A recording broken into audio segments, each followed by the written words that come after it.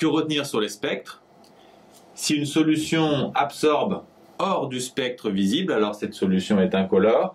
Si elle absorbe à l'intérieur du spectre visible, la couleur de la solution est complémentaire de celle du lambda max. Enfin, plus une molécule organique possède de doubles liaisons conjuguées consécutives, plus elle a de chances d'être colorée.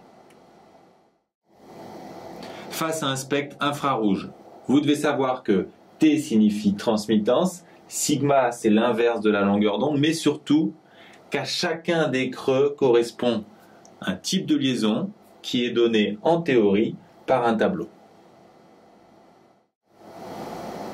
En pratique, on a vu qu'on peut souvent se passer du tableau en utilisant deux creux bien spécifiques, un à 1700 et l'autre à 3200. Il est également important de savoir que les spectrières sont plutôt utilisés pour déterminer les groupes caractéristiques. Et si on s'intéresse à la chaîne carbonée, on utilise un spectre RMN. Le spectre à résonance magnétique nucléaire met en évidence les vibrations de noyaux d'hydrogène. C'est pour ça qu'on parle de protons.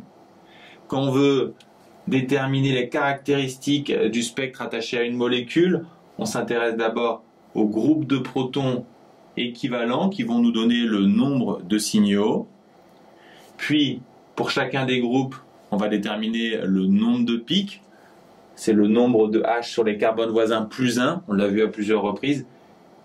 Avec les cas particuliers, les H liés à des oxygènes ou des atomes azote génèrent toujours un seul pic.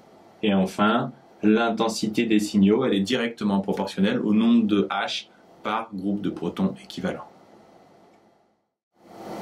Il est indispensable de connaître les noms des signaux en fonction de leur nombre de pics.